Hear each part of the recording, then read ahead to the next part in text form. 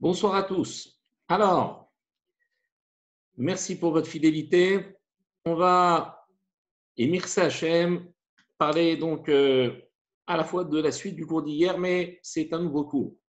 On a expliqué que le monde est en base 4, que les éléments qui fondent et qui sont considérés comme les fondations, les yesodot du monde, se reposent sur 4 éléments primaires qui sont le feu, le vent, l'eau et la terre.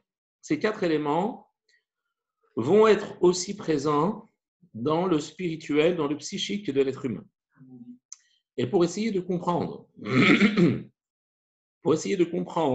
ce qui se passe à l'intérieur de nous, il faut que nous ayons conscience et connaissance de tous les paramètres et de toutes les propriétés des éléments dans le monde physique, puisqu'on a dit que tout est calqué, il y a une correspondance entre les éléments physiques et les éléments métaphysiques.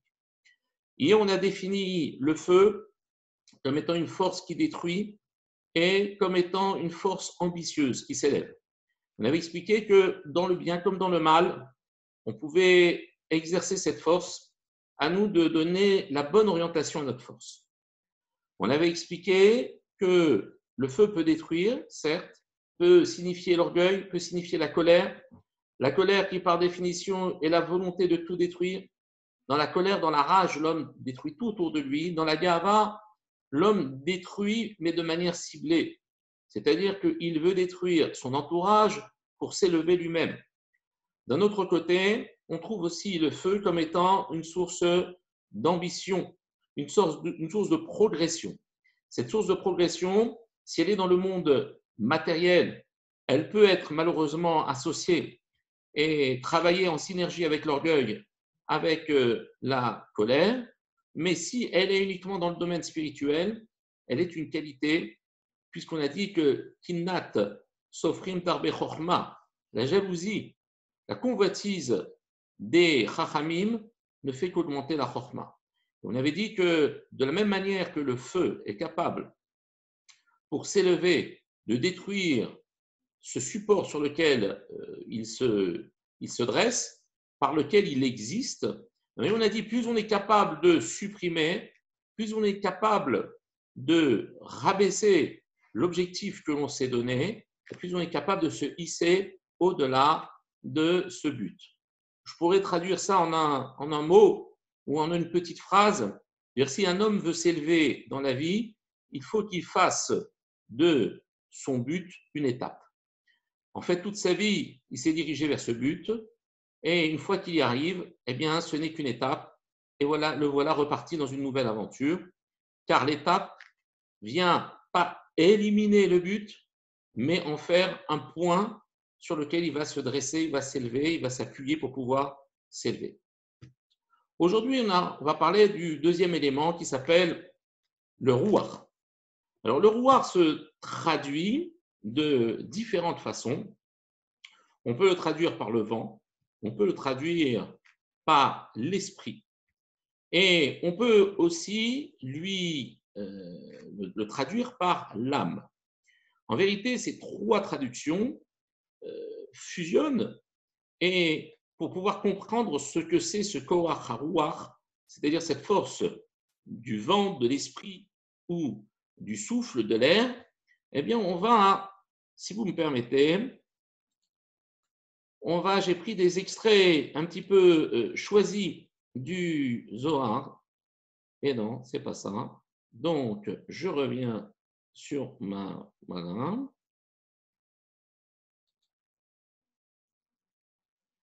Alors, je n'ai pas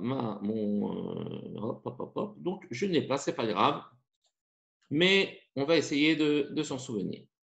Dans le Zohar HaKadosh, il est marqué que à chaque fois qu'Akadosh Baruch Hu va appeler les tzadikim, il va doubler leur nom.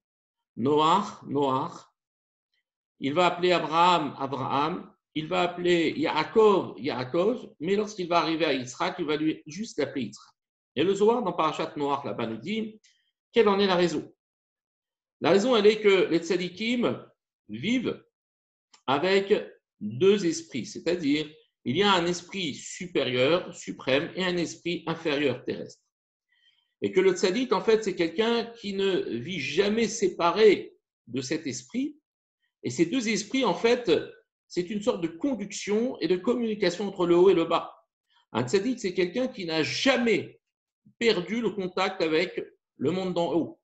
Lorsque Aaron allumait la menorah, le texte nous dit que Vayarasken, il a fait comme on lui a donné, comme on lui a demandé, et tout ça est source d'éloge. Pour comment Aaron, parce qu'il a allumé la menorah, on lui a demandé d'allumer la menorah, on le flatte pour avoir fait quelque chose qu'on lui a demandé de faire. S'il ne l'avait pas fait, on l'aurait critiqué. En fait, Aaron ne s'est pas contenté de l'allumer dans ce monde-là, mais il l'allumait aussi dans le monde de l'au-delà. C'est-à-dire qu'il allumait non seulement la menorah du Mishkan, mais aussi la menorah du Mishkan céleste. Il existe une communication, ce roar, c'est ce qui va permettre de communiquer entre le haut et le bas. Le roar, lorsque Yitzhak va être appelé par Akadosh Baruch Hu, en fait, Yitzhak a perdu son rouar physique, ce rouar d'ici-bas. Et il ne vivait qu'avec son rouar d'en haut. C'est pour ça qu'Akadosh Baruch Hu ne va pas l'appeler Yitzhak. Parce que lorsqu'il va être sacrifié sur le Misbéach, il va se passer que le rouar terrestre, le rouar Shelmata de Yitzhak va remonter. Et Yitzhak va vivre toujours, cette fois-ci, dans le monde d'en haut. C'est pour ça que Yitzhak sera l'archétype de la rigueur. Aucune chance dans ce monde, aucune approximation dans ce monde, mais uniquement toute sa vie converge dans le monde de là-haut. C'est pour cela que Yitzhak ne sera pas appelé deux fois Yitzhak. Alors que tous les tzadikim, eux, vivent à la fois dans ce monde et dans le monde d'en haut. Tout ça pour nous dire que ce rouar, c'est une connexion qui existe entre le haut et le bas.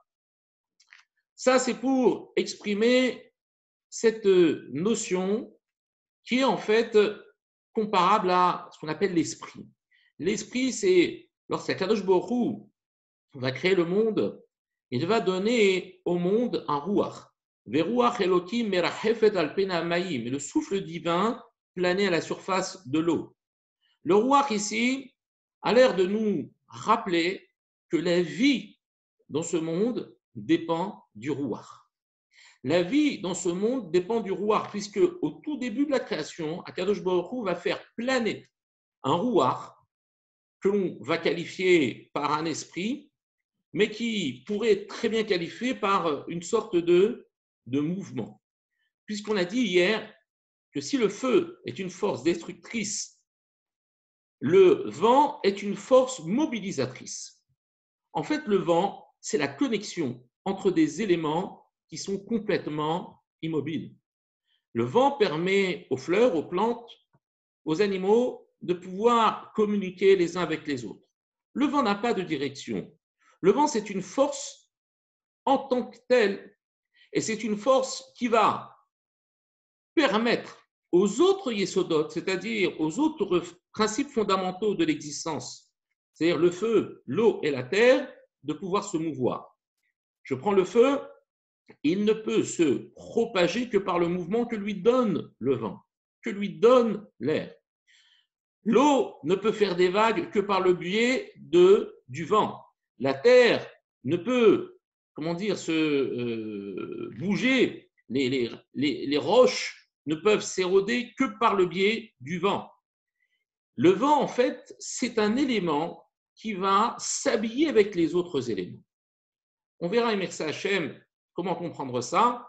Mais d'abord, il faut bien donner les caractéristiques de cette dimension, de cette force, ce qu'on appelle le rouar chez Maniar, c'est-à-dire la force qui fait bouger, qui met en mouvement, parce que, en vérité, ce mouvement est indispensable à la vie. Le mouvement est indispensable à la vie. Le rouar, c'est quoi? C'est en vérité la vie. C'est pour cela que ce n'est pas pour rien que le rouar est une communication entre le haut et le bas. Lorsqu'on va parler d'esprit, on va parler de quelque chose qui est suprême, qui est supérieur, quelque chose qui nous dépasse et qui pourtant est indispensable à la vie. Ce que va décrire les Rachamim, c'est que ce vent-là, c'est cet esprit, ce Koach, il va être la source de la vie parce que le mouvement, c'est la vie et la vie, c'est le mouvement. Prenons un exemple dans la vie de tous les jours. Lorsque vous avez un enfant qui trouve de la difficulté à dormir, qu'est-ce que vous faites? Vous prenez cet enfant et vous le balancez à l'intérieur de son berceau. Si vous laissez son berceau immobile, il a du mal à s'endormir. Pour l'endormir, qu'est-ce que fait le père ou la mère? Il berce l'enfant. Alors, beaucoup de scientifiques se sont posés sur la question, mais pourquoi le fait de bercer un enfant, de donner du mouvement à un enfant, ça l'endort? C'est quand même assez paradoxal. On aurait tendance à imaginer qu'il faudrait au contraire limiter le mouvement pour déclencher le sommeil. Or, là, c'est le contraire. Pour que l'enfant dorme, il faut le balancer. Il y a une thèse qui est sortie, qui est en général retenue par les scientifiques, qui disent que, en fait, l'enfant, lorsqu'il était dans le ventre de la mère, eh bien, était tout le temps en mouvement. Ce qui fait que lorsqu'il sort du ventre de la mère, le mouvement de la mère n'existe plus. Il n'est plus en mouvement par rapport à la mère, et ça le gêne, ça le dérange. Alors, qu'est-ce qu'on fait? On bouge cet enfant pour lui rappeler comment il était dans le ventre de sa mère. Mais tout ça, c'est des bêtises.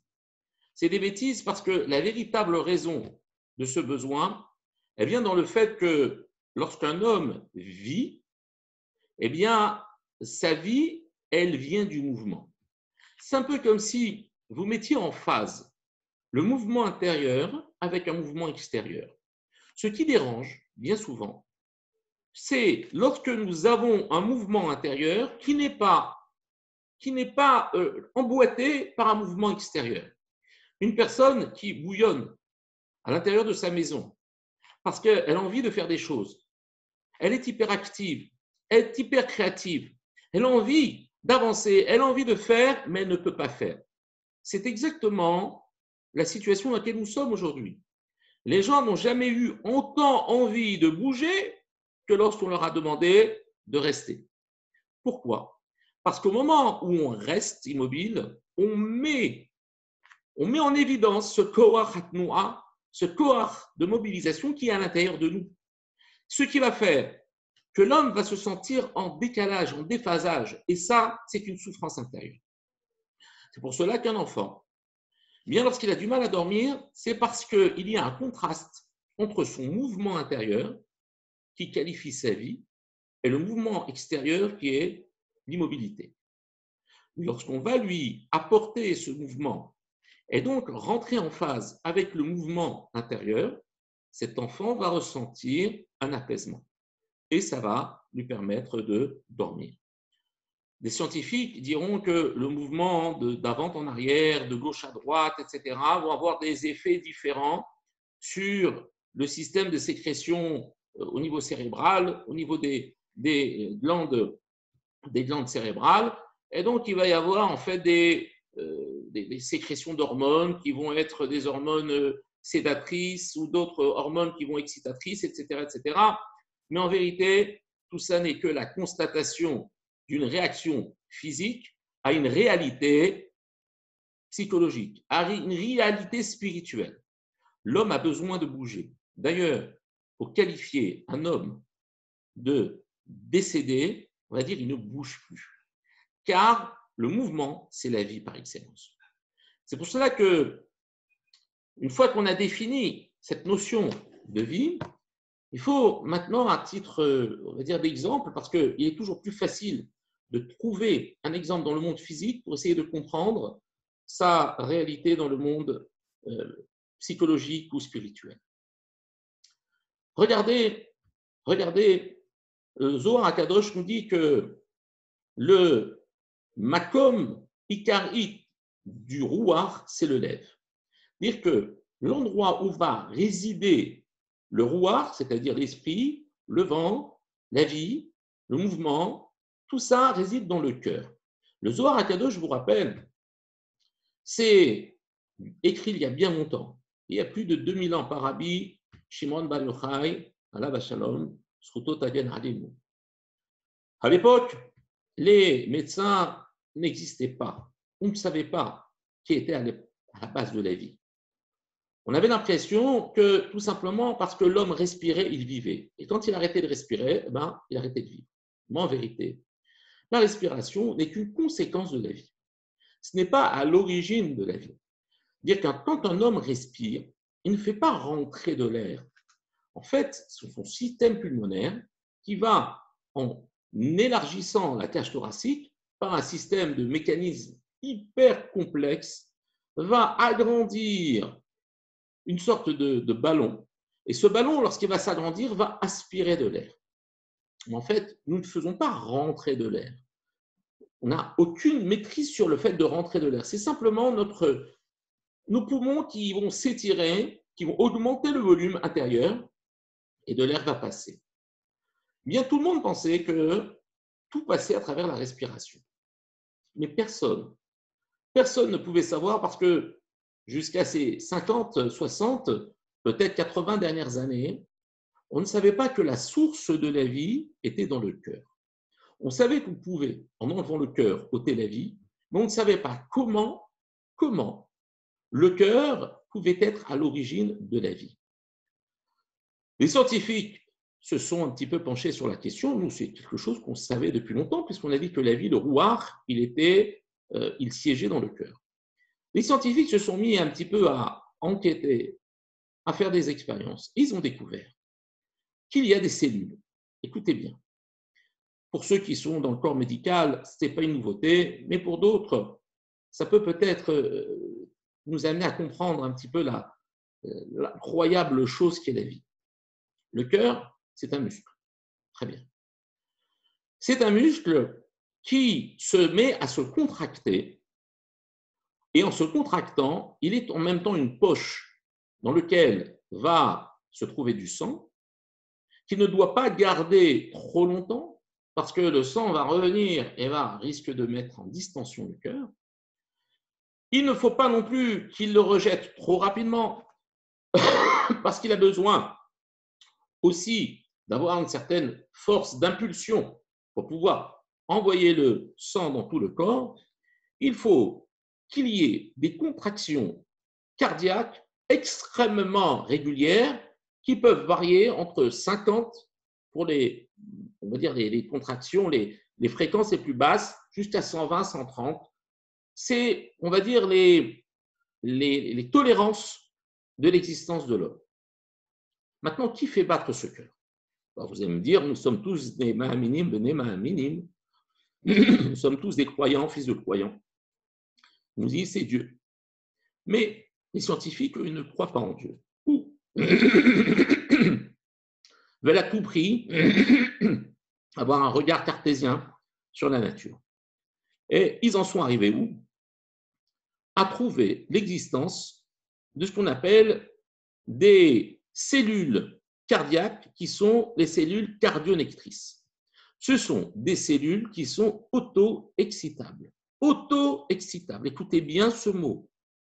Ça veut dire que tout le corps entier, pour pouvoir être stimulé, il faut qu'on le stimule par le biais de quelque chose. Mais, bizarrement, à l'intérieur du cœur, il y a des cellules qui vont envoyer de manière régulière. Pourquoi? On ne sait toujours pas.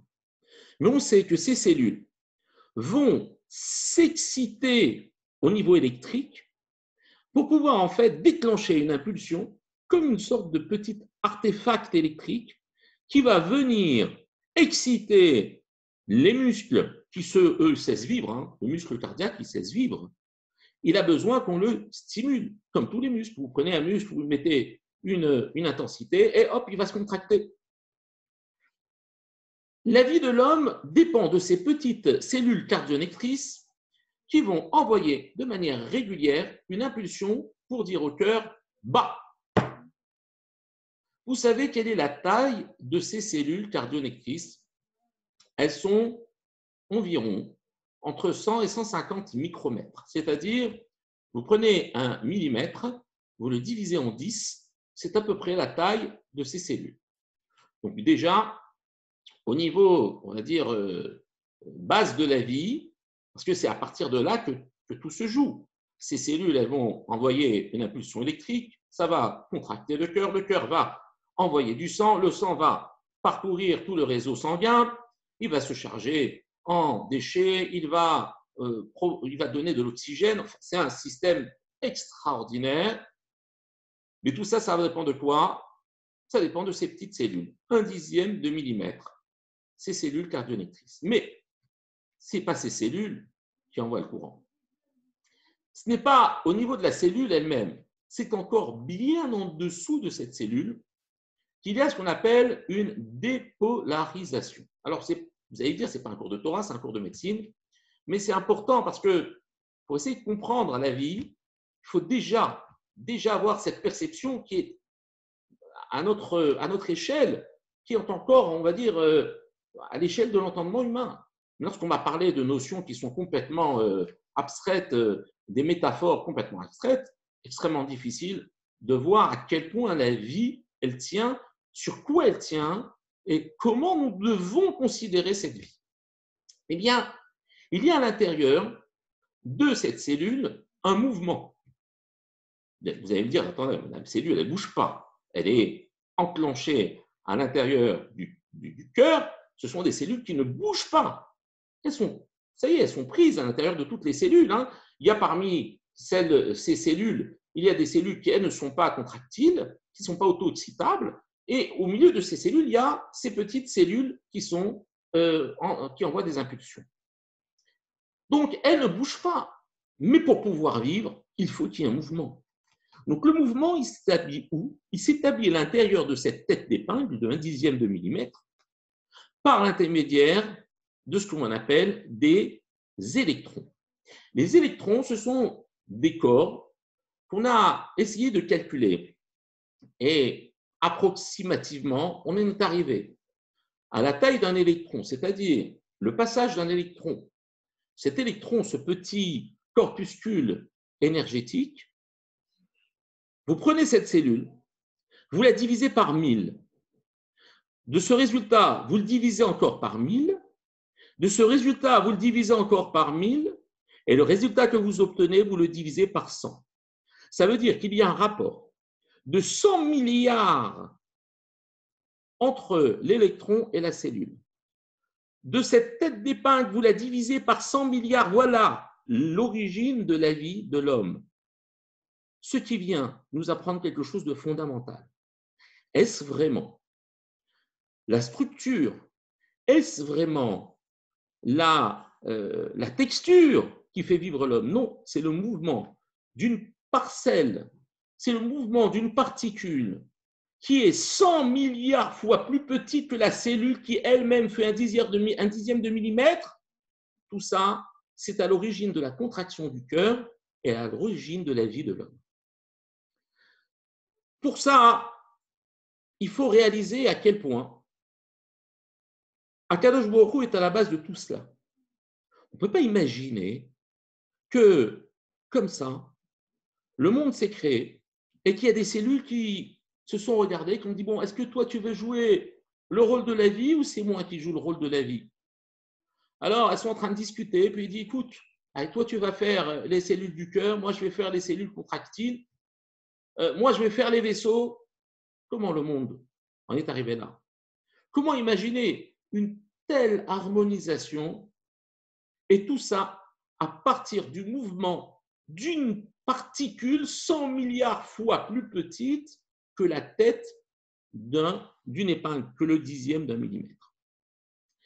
Donc, nous disait Khamim, regarde, tout dépend du mouvement.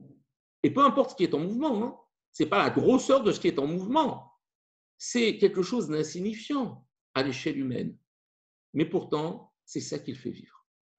Donc, en fait, ce Koach Atnoua, c'est-à-dire cette force du mouvement, c'est la force de la vie.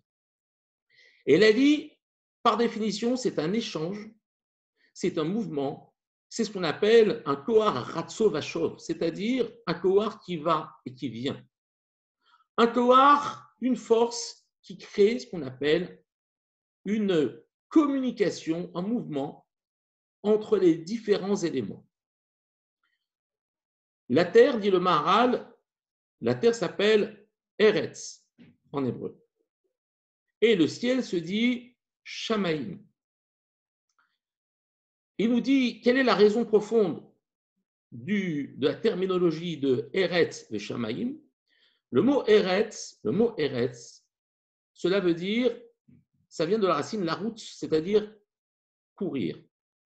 Et Shamaïm, ça vient de la racine Shama, qui veut dire là-bas.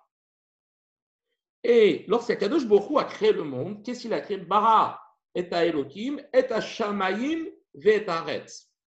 Il a d'abord créé le Shamaïm. Shamaïm, c'est là-bas. Et ensuite, il a créé Aretz, c'est-à-dire la possibilité de se mettre en mouvement, la route, de courir. Et quel est le but de tout ça?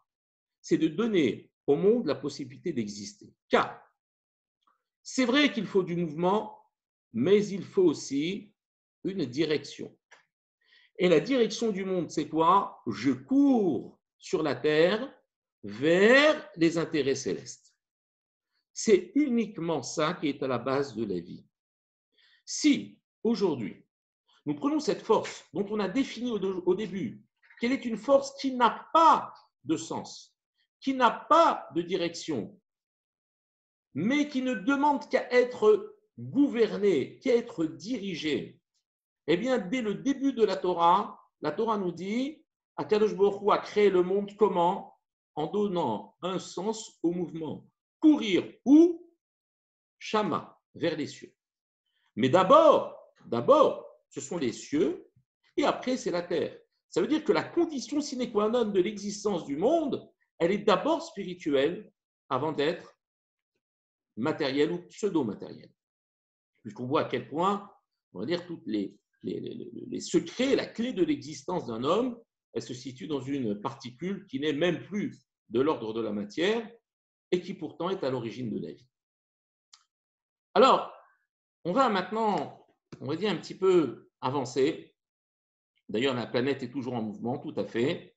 Si la planète était cessée d'être en mouvement, bien, on dégagerait complètement de la planète. Donc, le mouvement, c'est bien ce que l'on a dit jusqu'à présent, c'est cette notion de vie, cette notion d'inertie qui va en fait nous permettre ensuite de pouvoir canaliser cette énergie et de pouvoir lui donner un sens. Vous avez exactement ce même principe dans la relation entre les hommes. Vous avez, on a parlé au début de Noach, et le texte nous dit Noach matzahen be'ene Hashem. Et Noach a trouvé grâce aux yeux de Dieu. Remarquez, ce n'est pas une sorte de jeu de mots que la Torah se permet de faire, mais Noach, nun het, c'est exactement la fonction réciproque de het, c'est-à-dire de la grâce. Het, nun. Qu'est-ce que ça veut dire? Nous sommes dans un monde qui communique.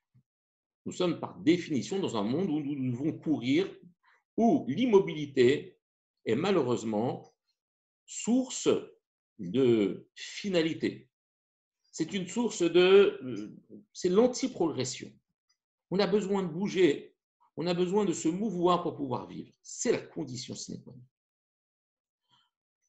Lorsque nous allons dans le monde dans lequel nous allons vivre, nous allons être à la recherche de ce qu'on appelle la menoucha, c'est-à-dire la tranquillité. Et cette tranquillité, c'est quoi? C'est quelque part le sentiment de mettre en silence cette force d'inertie. Quand est-ce qu'un homme se sent tranquille? C'est lorsqu'il limite son cercle, son périmètre de mobilisation, de mouvement. Plus un homme s'éparpille, et moins il est en menoucha, et moins il est en sérénité, en tranquillité. Si maintenant nous définissons la fonction inverse de la menoucha, c'est-à-dire de la sérénité, de la tranquillité, on va dire, le fait que l'on tende vers la minimisation du mouvement, eh bien, on a besoin d'une fonction réciproque qui s'appelle le chen. Le chen, c'est quoi? C'est la grâce. Le chen et le nar, c'est-à-dire la grâce et la tranquillité, marchent en synergie. Pour pouvoir être paisible intérieurement, il faut que je trouve face à moi la personne, la chose, l'état qui va me séduire, vers lequel je vais être attiré. Car la menoucha, la tranquillité, c'est quoi? C'est d'avoir face à nous quelque chose qui me concerne à moi, qui ne concerne pas les autres. Lorsque je vois la personne avec laquelle je vais ensuite vivre ma vie, lorsque je vois les amis avec lesquels je vais partager des bons moments, lorsque je vais vivre dans une société où les éléments vont venir m'apporter ce qui me manque, je vais être dans une menoucha, une sorte de tranquillité. Mais pour cela, il faut que les choses m'attirent. Lorsque l'homme a été créé, il faut savoir que l'homme n'est pas simplement l'être humain composé de son corps, il y a aussi des parcelles, des particules de son corps qui est un petit peu répandu dans le monde entier. Et lorsque, par exemple, je vais trouver mon âme sœur, je vais prendre une partie de moi qui est la plus importante, une partie de cette neshama qui a été divisée et que je retrouve. À ce moment-là, il va ce qu'on appelle y avoir une menoucha, c'est-à-dire une tranquillité. Mais pour avoir cette tranquillité, il a fallu qu'elle trouve ou qu'il trouve grâce à mes yeux. C'est ce qui va m'attirer, c'est ce qui va l'attirer et c'est ce qui va permettre finalement la menoucha. Donc en vérité, le véritable mouvement qui mène à cette sérénité, ce n'est pas le mouvement pour le mouvement, c'est le mouvement qui amène à la sérénité. C'est le mouvement qui arrive à me limiter dans le mouvement. C'est ça ce qu'on appelle la menoucha. C'est de retrouver une partie de nous, de l'intégrer et de se sentir complété, être capable de pouvoir vivre maintenant sans avoir besoin de se disperser. Simplement, le problème, c'est que lorsqu'un homme vit dans ce monde, il s'écarte des fois du centre dans lequel ou duquel il provient. Lorsque l'homme est né, il est né sans faute. Il est né parfait. Il est né sadique. Au fur et à mesure qu'il va avancer dans le temps, il va se disperser. Il va fauter. Un peu comme ce qu'on appelle en hébreu un toré, c'est-à-dire quelqu'un qui s'est égaré. Mais en hébreu, vous remarquerez que le mot toré, mais avec un tête, le mot toré avec un tav veut dire égaré, alors que le mot toré avec un tête veut dire se tromper. Quelqu'un qui s'est égaré s'est trompé de chemin. C'est clair. Ça s'entend de la même façon, mais ça ne s'écrit pas de la même façon. Il y a comme une tav vient faire une sorte d'accentuation et donner finalement à cette erreur quelque chose une sorte de fatalité. Lorsqu'on poursuit et on continue dans son erreur, on s'égare. Et lorsqu'on s'égare, on se perd. Donc, c'est un petit peu le même processus, mais cette fois-ci, on est parti d'une erreur, on est arrivé à un égarement total.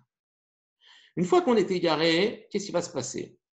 On ne sait pas si, en allant devant, derrière, à droite, à gauche, en haut, en bas, si nous allons pouvoir retrouver le centre de nos intérêts. C'est-à-dire retrouver une sorte de sérénité. Prenez un tourne-disque. Pour ceux qui participent à la conférence, je suis persuadé qu'ils connaissent tous aujourd'hui, quand je parle d'un tourne-disque à mes enfants, ou quand on parlera à nos petits-enfants d'un tourne-disque, ils vont me dire, mais il est fou celui-là. On ne connaît pas ça. Mais vous prenez un disque, vous prenez une poussière, vous la mettez au centre du disque, sur l'axe. Vous ne la voyez pas bouger, même si elle tourne de la même façon que la poussière qui se trouve diamétralement opposée ou à la périphérie du disque. Ce qui fait qu'une personne, plus elle s'égare, et plus il va falloir qu'elle bouge en fonction bien évidemment du mouvement de la vie, il va se disperser. Le mouvement va devenir épuisant. Le mouvement va l'amener à une sorte de découragement. Alors que le véritable mouvement, c'est celui qui nous dirige vers notre centre. C'est quoi notre centre? Elle est où? Il est où ce centre? Elle est où l'origine de la vie? Elle est dans mon cœur. Elle est dans ce mouvement qui est microscopique, électronique. Ce mouvement, je n'ai pas besoin de faire des grands mouvements pour vivre, puisque ma vie dépend de mouvements insignifiants. L'homme, lorsqu'il veut répandre à tout prix son énergie, il veut bâtir, il veut construire. Et au final, il s'égare. Au final, il s'épuise. Au final, il perd complètement la direction dans laquelle il devait aller. Un homme doit revenir à son centre. Il doit revenir à Kadosh Baruch Hu. Car lorsque un bateau est perdu en mer, il faudra lui éclairer le phare qui est volontairement beaucoup plus haut pour qu'il puisse le voir du plus loin possible et se diriger pour pouvoir retrouver sa route. Notre phare, notre lumière qui nous permet de retrouver notre route, c'est Kadosh Baruch Hu. Si un homme aujourd'hui est perdu dans l'inertie, dans cette mouvance, qui est certes la vie, mais dont le coefficient de force, dont le coefficient de déplacement n'est pas forcément proportionnel à la qualité de la vie. Le mouvement ne se situe pas dans l'extériorisation, mais dans la prise de conscience que ce mouvement-là, il doit avoir une direction, revenir à sa source, car la poussière qui est au milieu de mon disque a exactement la même vitesse de rotation que la poussière qui est à la périphérie de mon disque. Mais la distance parcourue n'est pas la même. Les deux ont exactement fait la même chose, mais avec combien fois de force, combien d'énergie qui ont été dilapidées pour faire exactement la même chose, pour revenir au même point. Donc revenons maintenant pour résumer ce Koach Arouar, ce Koach Hatnoua.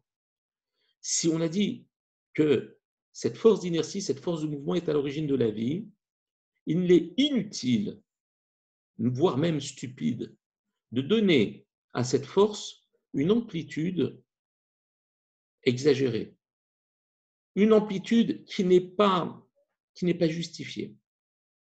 Le mouvement peut se faire et la vie est à l'origine d'un mouvement invisible à l'œil humain. Ce mouvement, c'est cette capacité de pouvoir réaliser que ce mouvement se fait de bas en haut, de la terre vers le ciel, que mon centre d'intérêt, c'est de revenir vers Dieu. Car lorsque je suis descendu sur terre, lorsque cette neshama a été jetée à l'intérieur de mon corps, eh bien le corps a l'air de prendre les choses en main et il dit à la neshama, je m'occupe de toi. En vérité, c'est la neshama qui s'occupe du corps. Lorsque le corps s'occupe de la neshama, les mouvements sont amples et peu productifs. Quand c'est la neshama qui s'occupe du corps, les mouvements sont microscopiques, mais indispensables à l'existence de l'homme. Quand une personne se sent hyperactive, elle a besoin de bouger. Elle a besoin de bouger. Ça veut dire que physiquement, Akadosh Baruch Hu lui envoie un message. Mon fils, cette hyperactivité, il va falloir que tu lui donnes une convergence. Le but, ce n'est pas de fatiguer l'homme qui est hyperactif, c'est de lui donner une productivité avec le minimum de mouvement possible. Vous savez que si jamais vous prenez une pelle pour défourner le pain, une pelle de 1,50 m, 2 mètres de longueur, vous la prenez de l'extrémité, votre pain qui pèse 250 grammes pèsera plusieurs dizaines de kilos, avec la pelle bien évidemment en plus. Donc que si vous vous rapprochez de votre pain, eh bien votre pain, il pèsera peut-être, allez, 500 grammes, 1 kilo. Mais ça reste encore quelque chose d'accessible à l'homme. Ça reste quelque chose de possible. Et pourtant, l'acte est le même. J'ai défourné mon pain. Ah, vous allez me dire, le four est chaud, c'est pour ça que j'ai besoin d'une distance. Mais dans l'exemple, ça veut dire quoi? Ça veut dire que si je veux faire quelque chose, il faut que je me rapproche de l'objectif. Il faut que je me rapproche de la source. L'objectif et la source sont exactement au même point. Ce qui fait que le mouvement, eh ben, il est pratiquement invisible à l'œil humain et pourtant il est bien présent. Pourtant, il est à l'origine de la vie.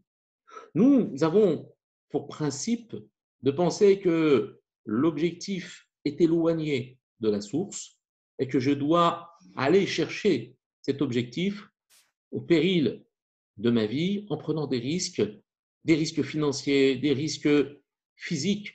L'homme va s'épuiser pour gagner sa vie. D'ailleurs, l'argent est appelé en hébreu damim, c'est le sang. Parce que l'homme donne de sa vie pour vivre, pour avoir de l'argent. Ce qui fait que l'argent, il a été converti en sang. C'est dommage. C'est dommage. C'est vrai que c'est important l'argent. C'est vrai que c'est capital pour vivre, puisque la Gemara, elle dit, Maseret Nenarim, que la personne qui est pauvre est considérée comme mort. Mais peut-être ce soir, la définition de pauvreté, elle n'est plus dans la dimension matérielle, mais dans la dimension spirituelle. Un homme qui spirituellement n'a pas de mouvement. Et c'est quoi ce mouvement à l'échelle de la Neshama, à l'échelle du Ruach, à l'échelle de cette dimension que nous recherchons justement à décrire ce soir et à travailler, sont ces midotes qui sont à l'intérieur de moi et qui sont formés par ces éléments qui à la base sont des éléments représentés dans le monde physique, mais qui ont exactement les mêmes propriétés dans le monde psychologique et spirituel, c'est que, en fait, ce mouvement, il doit être dans mes pensées. Les psychologues vous diront tous qu'on ne peut pas penser à deux choses à la fois. Ou si on a le sentiment d'avoir pensé à deux choses à la fois, ce n'est pas une pensée qui couvrait l'autre ou qui existait en même temps que l'autre, mais deux pensées qui sont simultanées, c'est-à-dire qui sont l'une après l'autre, et non pas une avec l'autre. Pourquoi il n'y a pas deux pensées en même temps? Parce qu'il ne pourrait pas y avoir de mouvement. Si jamais les pensées se superposaient, eh bien, le mouvement ne serait pas possible. Et si le mouvement eh bien, est possible, c'est parce que justement, il y a une notion de temps.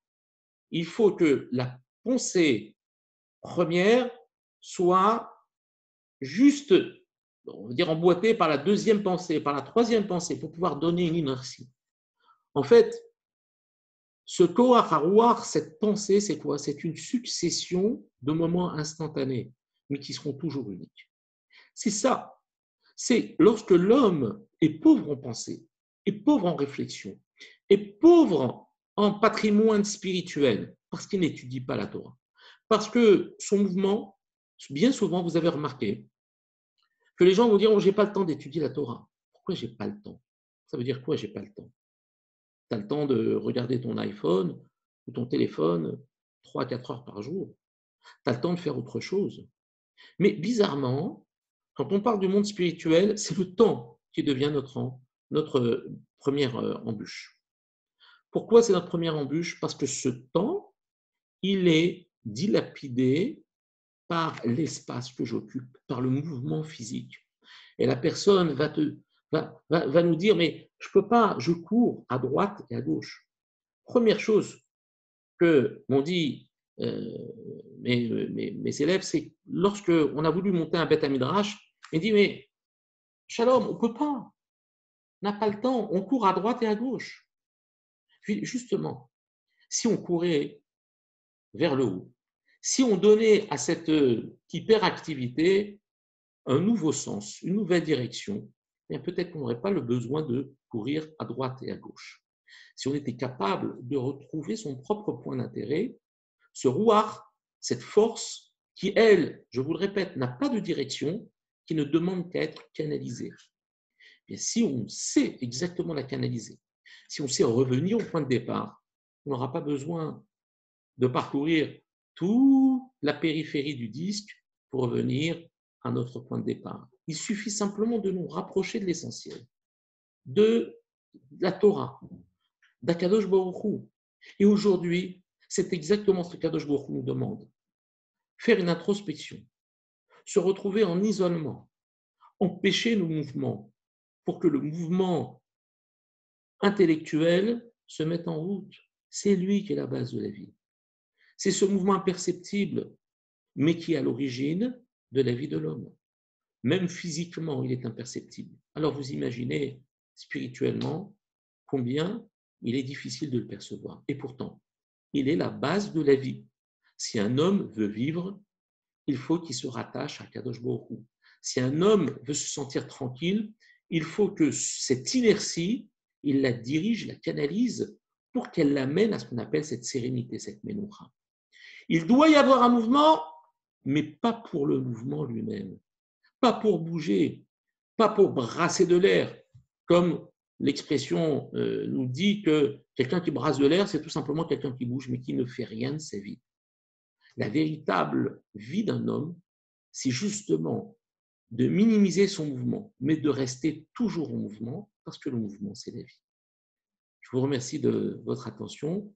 Et par contre, si vous avez des questions à me poser, je vous demande de me les poser. Et si je ne peux pas entendre, je suis désolé, vous m'écrivez ou alors vous m'appelez, merci Hachem. Après, tout le monde a mon numéro de téléphone. Je vous souhaite une très bonne soirée. Que Dieu vous bénisse.